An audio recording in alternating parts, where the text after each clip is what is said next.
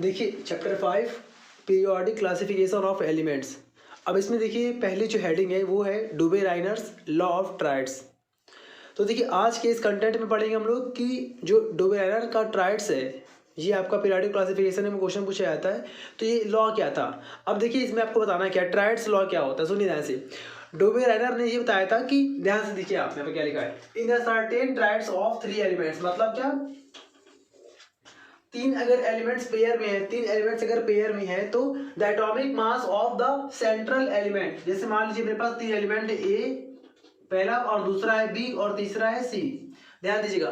तो अगर तीन अगर एलिमेंट्स हैं तो the atomic mass of central element, यानी कि सेंट्रल एलिमेंट का जो एटॉमिक मास है, इसका जो एटॉमिक मास है इसका बी का, सेंट्रल एटम का, वो किससे इक्वल होगा, was the arithmetic mean. Arithmetic mean का मतलब M, arithmetic mean of the other two elements, यानी कि वो ए और सी के एटॉमिक मास के अर्थमेटिक मीन के बराबर होगा। फॉर एग्जांपल ध्यान सुनिए, आपको मैं एक एग्जांपल दे रहा हूँ अभी, फिर उसके बाद से आपको वो एग्जांपल मैं एक एलिमेंट को लेकर करूंगा। अभी मैं आपको कैजुअली एक एग्जांपल दिखा रहा हूँ।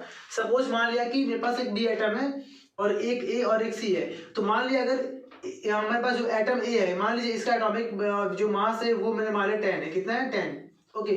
और सी का मैंने मान लिया कितना दे रखा है, हमें यहाँ पर 12 दे रखा है। इसका दे रखा है 10 यूनिट और इसका मैं दे रखा है 12 यूनिट। और हमें निकालना किसका है, सेंट्रल एटम बी का एटॉमिक मास। तो सेंट्रल एटम बी का एटॉमिक मास क्या होगा, ए और सी की, यानी कि ए और सी के जो एटॉमिक मासेस है इनका अर्थमेटिक में निकाल दीजिए। तो अर्थमेटिक में निकालना आपको आता है, यहाँ मैं कर रहा हूँ। अर्थमेटिक मीन क्या होता है, दोनों को ऐड करके बाई 2, तो 10 + 12 अपॉन 2। आपका यहाँ पर ऐड करेंगे आएगा 22 बाई 2, कैंसिल करेंगे तो आएगा 11, यानी कितना हमारा आ गया 11 यूनिट। बस यही आपको बताया था किसने, डुबे-राइनर्स ने, ठीक है ना। तो इनके जो लॉ ऑफ ट्राइड्स का आपको मैंने एक ना जनरल आपको मैंने एग्जांपल दिया है। अब आपको मैं एग्जांपल देने जा रहा हूँ रियल में केमिस्ट्री के एलिमेंट्स का। देखिए एग्जांपल, अच्छा सा एग्जांपल इसका जो एग्जांपल है, मैंने यहाँ पर एग्जांपल मान लिया ऐसे करके। देखिए एग्जांपल ध्यान से, मैंने लिख रहा हूँ एलिमेंट लिख रहा हूँ, ठीक है यहाँ पर। और यहाँ पे लिख रहा हूँ मैं एटॉमिक नंबर, एलिमेंट और एटॉमिक नंबर। ओके। एलिमेंट देखिए यहाँ पर ले रहा हूँ मैं पहले लिथियम, फिर यहाँ पर ले रहा हूँ, चलिए ऐसे कर दे रहा हूँ।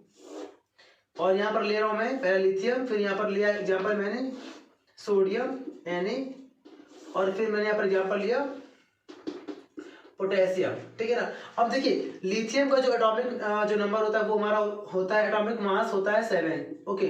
सोडियम का एटॉमिक मास होता है 23, और जो पोटेशियम है, पोटेशियम का होता है 39।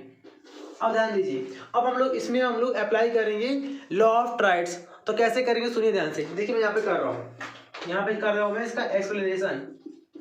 देखिए यहाँ पर ध्यान से,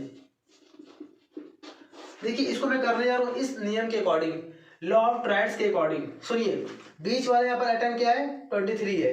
तो यानी कि अगर मैं देखिए सेंट्रल एटम का एटॉमिक जो मास है वो देखिए लिख रहा हूँ मैं यहाँ, ऐसे लिख रहा हूँ मैं क्या, central atoms atomic mass, central atoms atomic mass, वो हमें दे रखा कितना, 23 दे रखा है। ओके। और डुबे-राइनर ने हमसे कहा था हम लोग से कि इसमें अगर आप अदर टू एलिमेंट्स का, अगर आप साइड के सेंट्रल एटम को छोड़कर ट्राइड्स में जो भी एलिमेंट बचेंगे उनका एटॉमिक मास का अगर आप एवरेज निकालते हैं, अर्थमेटिक मीन निकालते हैं, तो वो सेंट्रल एटम के मास के बराबर रहेगा। चलिए सॉल्व करते हैं। हम लोग करेंगे यहाँ पर सेंस अर्थमेटिक मीन, एम को मतलब arithmetic mean of atomic masses of lithium and potassium के इज इक्वल टू, चलिए एटॉमिक मासेस का मीन निकालना है। तो देखिए यहाँ पर दे रखा है 7। अर्थमेटिक मीन निकालना आपको आता है, जिन भी दो एलिमेंट का एटॉमिक मासेस का आपको अर्थमेटिक मीन निकालना है तो दोनों को प्लस करके बाई 2 करना है। तो यहाँ पर कितना आएगा, 7 + 39 बाई 2। सॉल्व कर लेंगे तो यहाँ पे हमारा आ जाएगा 39 + 7 आएगा हमारा कितना, 46। ओके।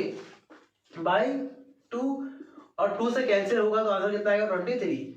देखिए हमारा कितना आया, 23, यानी कि सेंट्रल एटम का एटॉमिक मास यहाँ पर आ गया, ठीक है ना। तो इस तरह से पूरा कंप्लीटली आपको नोट्स के साथ एग्जाम में आपको एक्सप्लेन करना है, ठीक है। तो आज का ही कंटेंट था हमारा Dobereiner's law of triads. Thank you.